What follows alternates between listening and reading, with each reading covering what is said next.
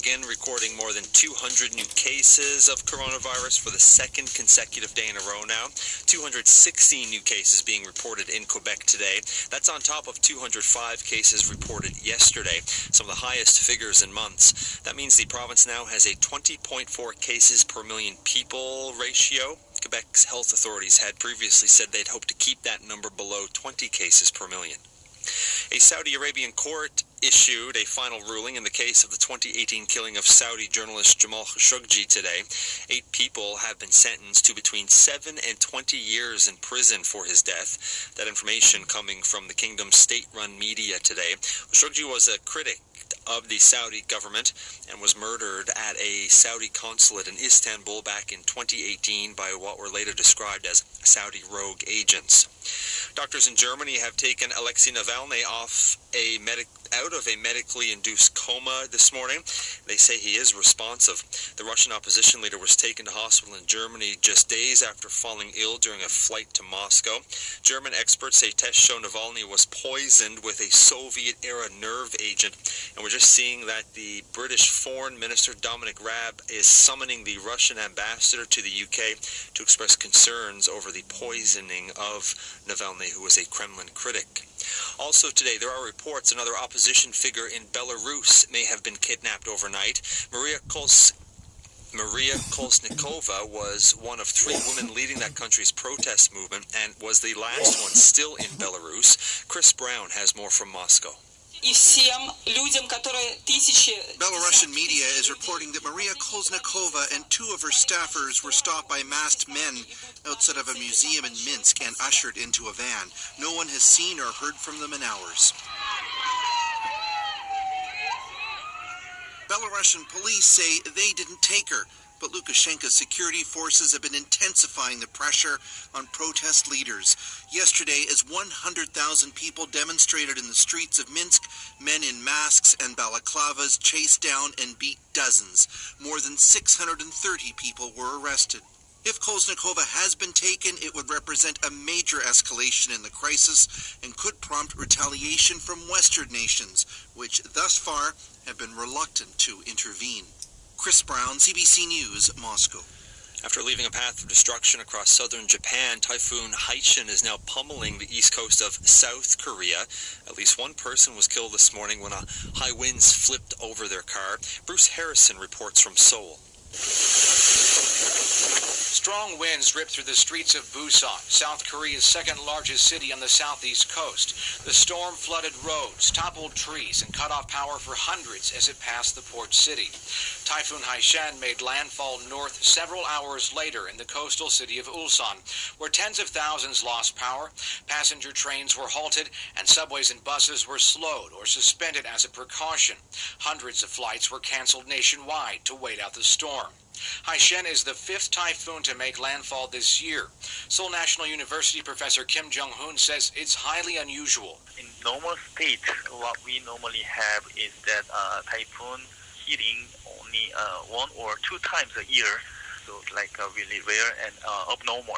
Professor Kim suspects climate change may be behind the increased frequency and strength of the typhoons. Bruce Harrison, CBC News, Seoul. For the first time in almost 6 months, performers have taken again at the stage at Moscow's Bolshoi Theater. The landmark venue was closed back in March because of the pandemic. It returned this past weekend with Giuseppe Verdi's Don Carlo. The theater director says he has concerns, however, Russia being the 4th highest number of confirmed cases of COVID in the world. That is the world this hour from CBC News. I'm Kenny Sharp.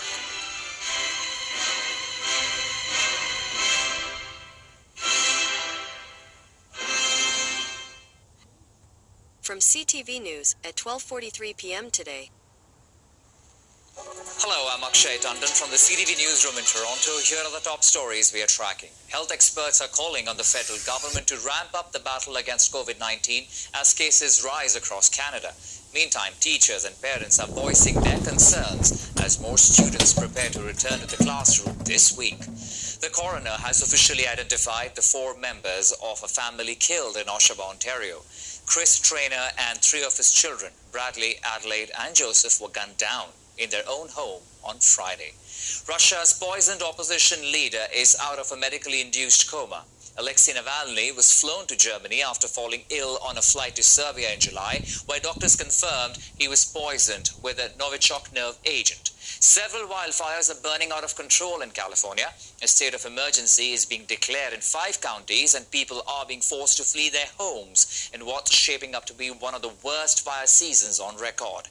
And the Raptors head into Game 5 against the Boston Celtics in the Eastern Conference semi-final. After dropping the first 2 games, Toronto earned back-to-back victories to make it 2-all. For all the day's top stories and breaking news as it happens, tune to CTV News channel or go online to ctvnews.ca. I'm Akshay Tandon. From DW News Brief at 11 a.m. today.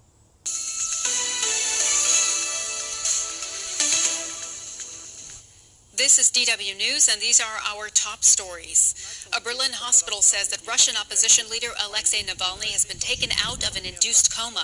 Doctors treating him at the Charité say his condition is now improving after he was possibly poisoned with the Soviet-era nerve agent Novichok. The Kremlin denies any involvement. Reports from Belarus say prominent opposition leader Maria Kolesnikova has been seized by unidentified people in the capital Minsk. The website tut.by says Maria Kolesnikova was pushed into a minivan by men in black clothing Monday morning. She's part of a nearly month-long protest movement calling on longtime authoritarian leader Alexander Lukashenko to resign. British Prime Minister Boris Johnson has issued an October 15th deadline for a post-Brexit trade deal, or the UK will pull out of talks. It follows reports that the UK is preparing legislation to override parts of the withdrawal agreement. The EU has called the plans a self-defeating strategy. This is DW News from Berlin. Follow us on Twitter and Instagram at DW News or visit our website, dw.com.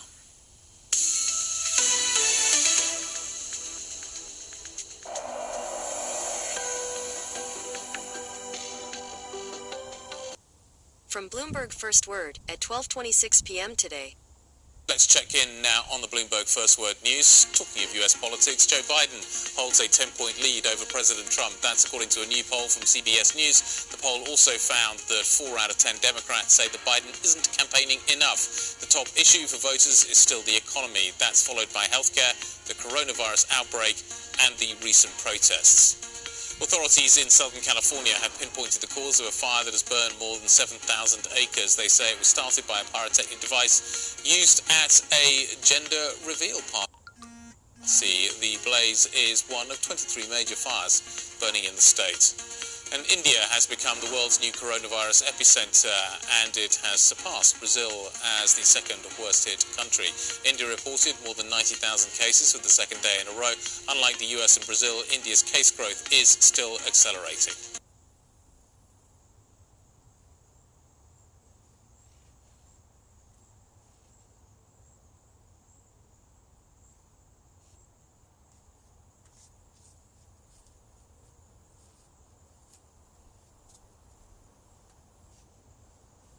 One minute, guys. Hard. And our family's search for a cast. Packed its head on how we grieve. Hope you enjoy.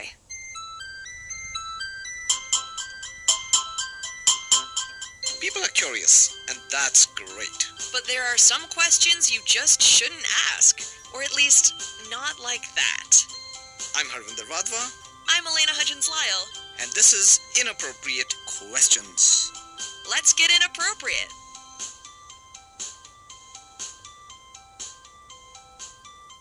Elena, the other day when you told me the next inappropriate question is, how are you?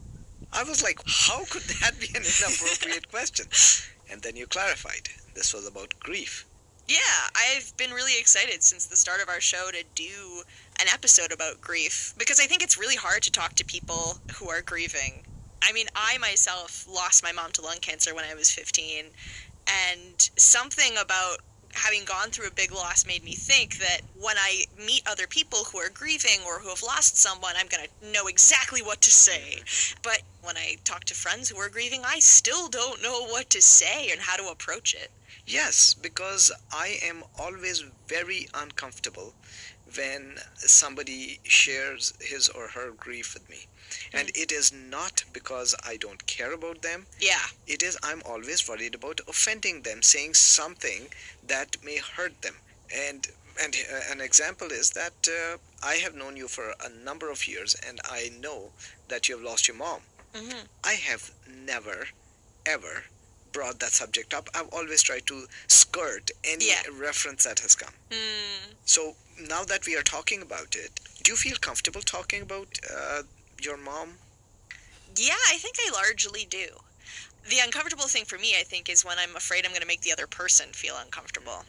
Because, you know, I bring up my dead mom. It's like the air gets sucked out of the room. So I mostly want to be able to just talk about it and feel comfortable sharing this truth about my life and not make everyone sad or scared or uncomfortable. Well, what I am hoping to learn is how to be able to share your genuine concerns, your genuine emotions, and use the right words, which show the person we care about, them, and also are not uncomfortable ourselves in that situation. Bingo. I think that is a lofty goal, but we shall strive for it. Absolutely. Let's get into it. Are you okay? How are you doing? It's an unmanageable question for people who are dying or people who are grieving. You realize very quickly that this feeling that you've been keeping inside of you, everyone you know has been keeping that same feeling inside. Today we are talking to comedian Michael Cruz Kane. Michael lost his infant son Fisher about 10 years ago. Until recently, he has been very private about his grief. Michael took to Twitter and wrote, 10 years ago today my son died, and I basically never talk about it with anyone other than my wife. It's taken me 10 years to realize that I want to talk about it all the time. Michael's tweets about grief went viral. His thread goes on to talk about grief and how complex it is. It's really beautiful, but his overall message is pretty simple. Ask your friend about this sad thing that you never talk about. Can you tell us a bit about Fisher's story? Sure. So my wife and I were hoping to get pregnant, and she got pregnant with twins. Shortly thereafter, we found out that our twins had something called twin-to-twin transfusion syndrome, which you probably don't know about, but basically what it means is that one of the twins gets more nutrients than the other one, and as a result, they kind of both suffer from it. So we went to Philadelphia to have this sort of cutting-edge surgery where they, to really dumb it down, shoot lasers at your kids and help them reallocate the nutrients. And basically the surgery worked. So the kids were both in really good shape. They were delivered at 32 weeks, which is a little bit early, but not crazy early. And then just sort of all of a sudden, they both got incredibly sick, seemingly out of nowhere. But Fisher, who was the younger of the twins, I mean, you know, younger by a few seconds, he was perhaps less equipped to deal with whatever the illness was, and that's what he died from. So he lived to be 34 days old, was in the hospital the entire time. That's the short version of it. Very sorry to hear that. Thank you so much. We understand that you did not speak with anybody for 10 years. So well, it wasn't that I didn't speak with anybody. It was like people would ask about it, but grief is like such a complicated issue and really something that's so suppressed that people really don't know how to deal with it. So I think I wasn't comfortable talking about it because I could sense that other people were also not comfortable talking about it. Right. So it maybe took me a decade to get to a place where it's like, I kind of don't care as much if you're comfortable or not. It's something that I want to talk about now. And I wouldn't say that I'm forcing people to talk about it, but I'm not dodging it as much. So I have a son and a daughter at home right now. If someone says, how many kids do you have? But I'm much more likely to tell someone, I have 3 kids, one of them's dead. And then, that is just a fucked up thing to hear. It freaks people out, you know? Yeah. But I don't mind that as much as I used to. I used to be really scared of, like, what's going to happen when I tell this person who was just, like, asking, just, you know, they just want to go on with their day. Yeah. They don't want to have to talk with me about this. Right. But I think it just became a thing where once I was comfortable talking about it, I felt sort of obsessed with it. Right. And that's where I'm at now. So did you feel that now when you started talking about it, people were more comfortable, or whatever the hesitation people had prior to this, it was kind of similar? I think that in general, I have found people to be more comfortable than they perhaps would have expected themselves to be. You know what I mean? One of the main reasons for that is so many people have gone through something like this. I mean, like, death of a child is almost an absurd level of tragedy because it, like, inverts the way you think the world is supposed to be. Yeah. Pretty much everyone has lost a parent or, you know, a cousin or whatever. You've seen somebody die that you were like, wait, they were not supposed to die. Yeah. You realize very quickly that this feeling that you've been keeping inside of you, everyone you know has been keeping that same feeling inside. I mean, maybe not the same, but you know what I mean? Like a feeling in that family. Yeah. So the thing that I've found is the more that I talk to people about it, the more that someone tell a story to me that I didn't know. So like someone who's been a friend of mine forever, and I start opening up about Fisher, and they're like, you know, I never talk about this, but, you know, my wife had 4 miscarriages or whatever, stuff like that. And so it made me feel much more comfortable asking people about it because I harbored this suspicion that people wanted to, especially when you talk to someone about grief and you go beyond the first or second question, right? That, you know, your dad died or whatever. I'm so sorry to hear about that. How did he die?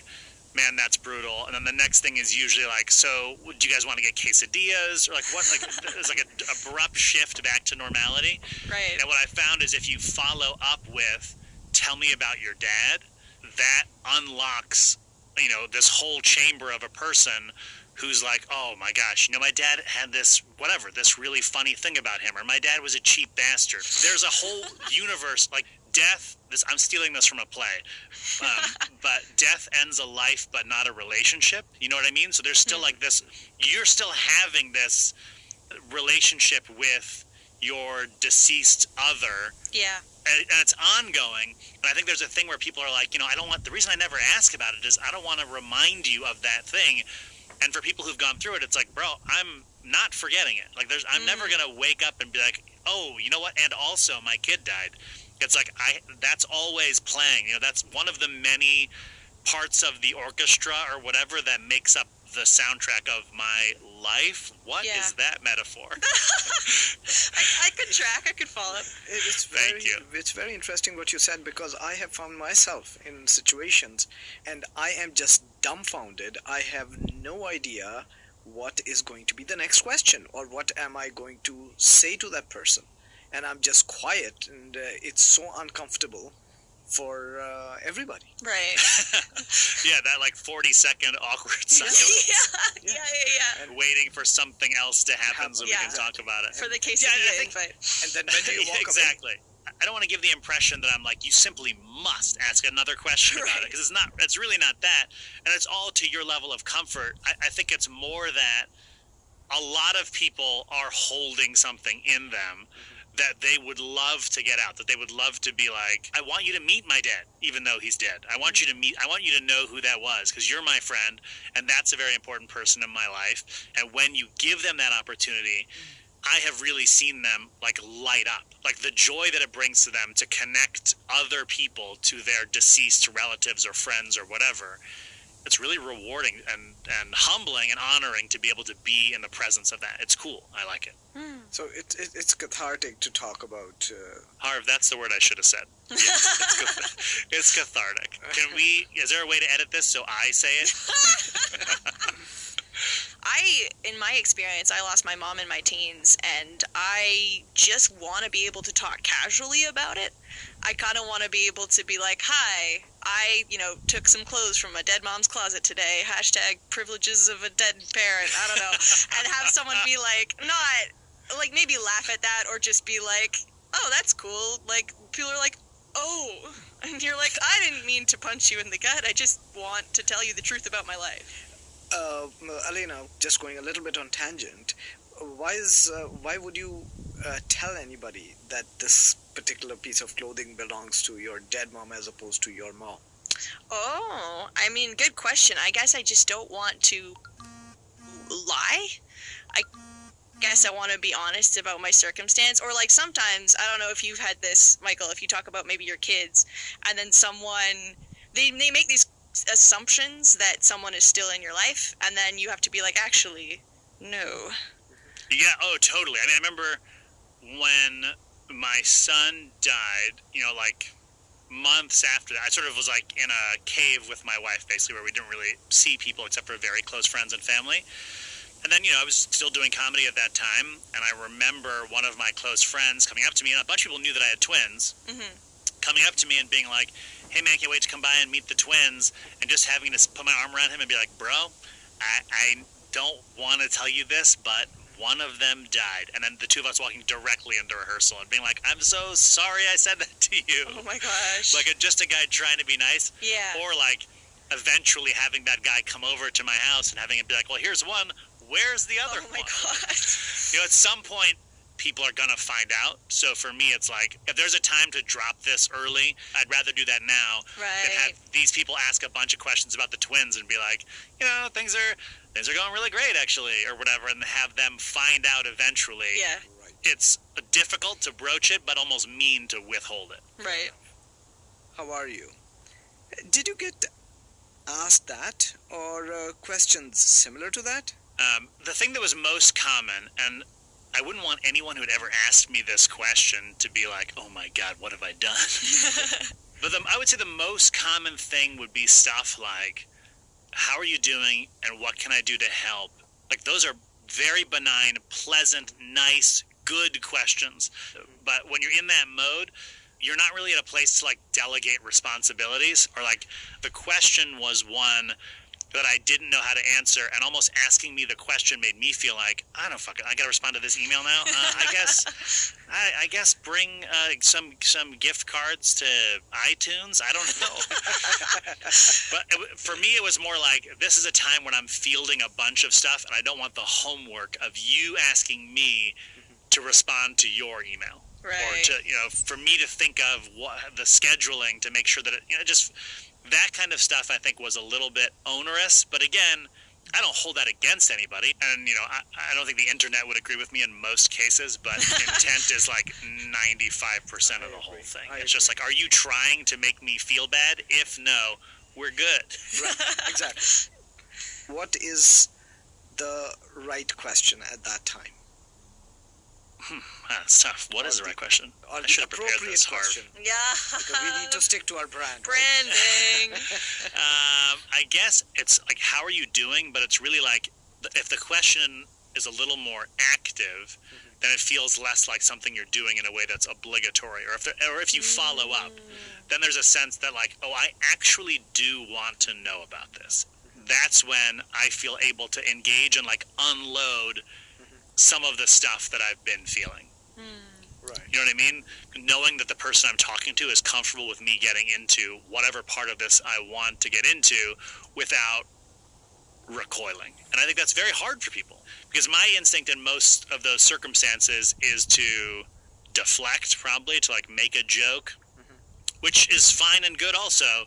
But I think there's a part of me, especially then, that wants the therapeutic release, that catharsis of being able to talk about it for real. Right.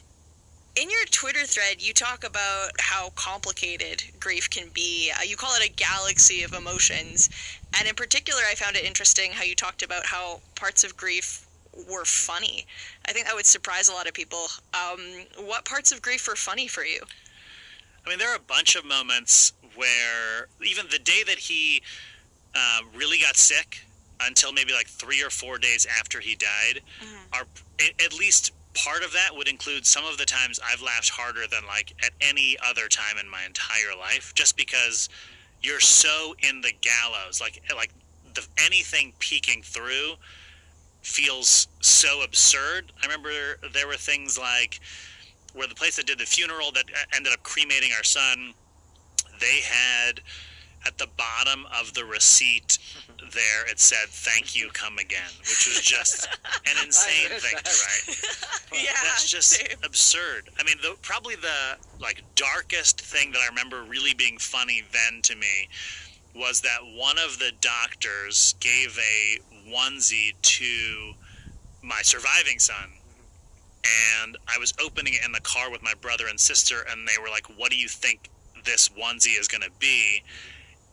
And I said, I think it'll say something like, "My brother died and all I got was this lousy t-shirt."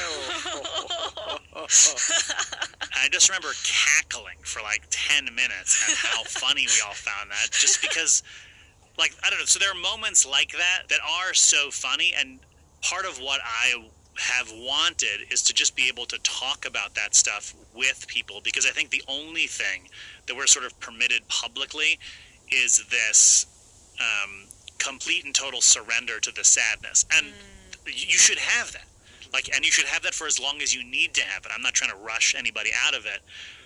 Again, I don't want to speak for. I don't want you to go to your friend's funeral and tell jokes and have them be like, "Get out." So, Michael, how did you or how do you talk to your kids about their brother? Oh, cool question. So we talk about it periodically. So it's something that they're aware of. It's never been a secret. So my son, who's alive, it was his birthday recently, and my daughter was like, "Oh, we should put another candle on the cake for Fisher," stuff like that. So they're definitely aware of it. My daughter, who was not alive during any of the time that Fisher was alive, will sometimes say, tearfully, "I wish I had met Fisher." I don't know truly how that will manifest itself as they get older. I really hope it's not going to be the thing that they're, with their therapist being like, "I can't fucking believe my parents told me this shit. It really ruined me."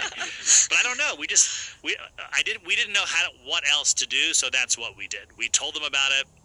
We talk about it, and we do our best to field whatever questions they have about it, and not make them feel like bad kids or whatever for asking. Every year on the anniversary of his death is Fisher Day, and so we try and do something, generous or charitable. Do they really enjoy taking part in these rituals? How do they feel about it? I think they like it. I think it's I think it's cool to them to be a part of it. I think they've had at least one argument about which one of them Fisher would like more. Oh my god! You know what I mean? So there's definitely stuff like that I think they look at the idea of Fisher with a sort of a pure childlike wonder and appreciation. Thanks so much for speaking to us. That was wonderful. Thank you. My name is Madeline Chung, and I experienced 2 really significant losses in the past year. It's funny being a Canadian-born Chinese woman because I didn't really see my parents express too much grief, which I think when the people who are around you going through the same thing as you are not expressing their emotions in the same way, or are not really open to discussing it in the way that you'd like, it's difficult. I think that personally I found in the past when someone had experienced a loss, I was always scared of bringing it up because I didn't want to make them emotional in the moment. But I've realized now that, it's not a bad thing for that person. That person is grieving. That person has gone through a loss, and it's normal for them to become emotional. I think people in general tend to get uncomfortable around other people's emotions.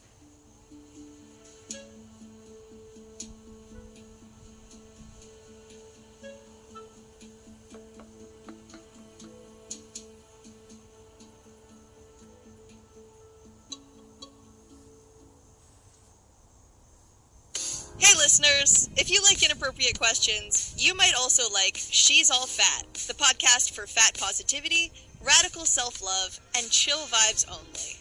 Host Sophie Carter-Khan talks to guests such as writer Julie Murphy about her Netflix-adapted novel Dumplin'. Right now, she has a special project about the intersection of the COVID-19 pandemic and our bodies. You can find She's All Fat wherever you get your podcasts. The theaters have closed, but the show will go on. Play Me Podcast is thrilled to present a new series, The Show Must Go On, featuring provocative productions from some of North America's tips on how to do this well. I spoke to Kayla Moore Youssef. She's a death doula, which means she prepares dying people and their loved ones for death and its aftermath, and she's also a grief and bereavement counselor. Here's Kayla's advice on what is and isn't helpful to say to people who are grieving.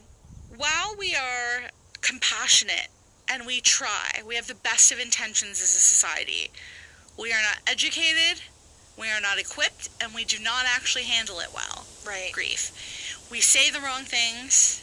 One of the worst things we say a lot to grieving people are a slew of statements beginning with the words "at least." Oh, I hate those. Yeah, like, at least he lived a good life. At least you have time to find another husband. Oh, no. At least you still have 2 kids. The at least have got to, like, be removed from your lexicon of grief speak. But we mean, it's the best of intentions again, right? When somebody says, like, I have cancer, or somebody I love just died of cancer, you want to relate, right? Yeah. So you tell a story of the person you knew who had cancer. Yeah. And it's not helpful, and it also turns it on to the grieving person to suddenly want to comfort you. Yeah. So that's a problematic dynamic, but again, built on the best of intentions. Also, we do things like, it's just nuanced things. We say, let me know if I can do anything for you. A grieving person doesn't know what help support they need, and B, isn't going to come out and ask you for support. So what we need to do for a grieving person is just show up. Show up and do their laundry. Show up and take their kids out for a day. One of the best things you can do for a grieving person is show up with food. People in immediate grief, they're not thinking about or prepared or in a place to make all of their meals. So that's one of the best things you can do is just show up with some food. Yeah. But saying how can I help you or let me know how I can help you is actually really confusing and a bit overwhelming for a grieving person to come back to you with an answer or response. So yeah, our society is pretty good with being compassionate, but not really good with acting on it or actually being equipped with the right words. Yeah. The one really nice thing you can do, and this includes in condolence cards, is offer an anecdote of their loved one who died. Or this is a really nice story, or this is how they were meaningful to me, or how they affected my life. Right. Because that could be really meaningful to them, to hear a story about their loved one they'd never heard before. Yeah, and it helps you realize as a grieving person how big of an impact this person might have had. Exactly. And that it wasn't just you who cared. Exactly, yeah. Yeah. You were talking about a lot of statements that aren't very helpful. What about questions people can ask a grieving person? Yeah, so the big...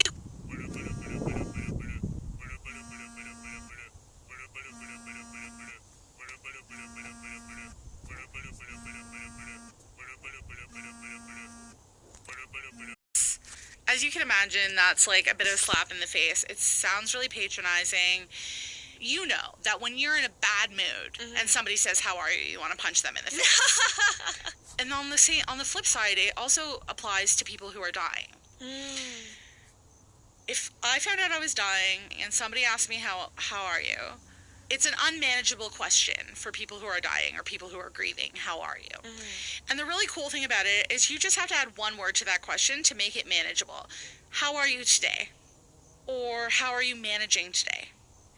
Is compassionate and manageable. And you can ask that to a dying person, and you can ask that to a grieving person. And it's an honest question, and it really kind of offers them an opportunity to breathe and say honestly how they're doing. It really moves the question from being a scripted thing you do, a scripted part of our societal mores, right, to a sincere inquiry. How are you doing today? That is your opportunity to say, I'm listening. Other than that, I wouldn't ask anything really prying. Anything else would feel prying to me. I'm a counselor. It's a little different. But as a friend, or like, don't ask too much about, like, what was it like? Are you sad? Like, what was it like when they died? Or, like, don't ask too many questions. Just hold space for them to talk. Yeah, for sure, because you don't want to, you want to let them decide where they want to be in terms of what they want to share. Exactly. It's not about your agenda. Yeah. I sometimes have a hard time with, sometimes people can retreat when they're grieving. Yeah. Sometimes they're not in touch as much, or they're not really talking or active on social media as much. Yeah. And I don't really know what to do with that. I'm not sure if I should give someone space or if I should check in with them. Check in. You check in? You check in. When someone's grieving, you check in. Okay. And you check in after someone's grieving. You check in on the holidays, you check in on the birthdays. Right. You check in on those times a year where grief resurfaces and is harder than usual. Because what happens after somebody dies and everyone's showing up, right? And then slowly they taper off, and it becomes very quiet. Right. Because you've lost the person you love, and you've lost all the hubbub that came after they died. And it's extra silent. That's when you really need people to check in. Is not the weeks after the person's died. It's the months after the person's died. It's when people stop checking in.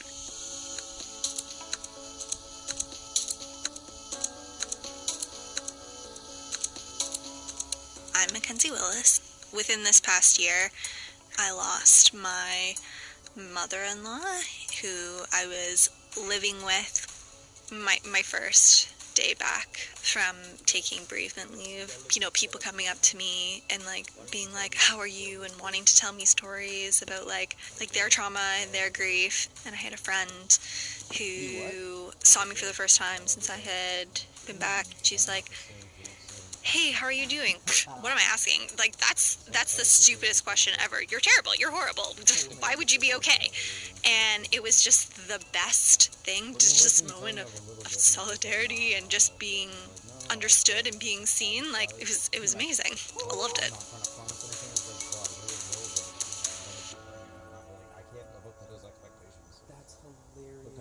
My name is Sarah. I lost my husband Kevin on August 7th, 2016. Kevin passed away at home alone, and he died from an accidental heroin overdose. We have 2 daughters, and they were... Guys, we almost did it. You see, because it's Monday, Labor Day weekend, Today Explain was not... Is it Labor Day weekend? Yes, it is. Yeah, thank God. Today Explain was not available. However, we had an amazing episode of Inappropriate Questions. All we need now is an affirmation. To hang out with Kenan, not to hang out with Kenan. Noodle, don't noodle. You're too worried about what once was and not what will be. However, there's a saying. Yesterday's history. Tomorrow's a mystery, but today is a gift. That is why they call it a present. Guys, thank you so much for joining, and I will talk to you the next time I decide to come online.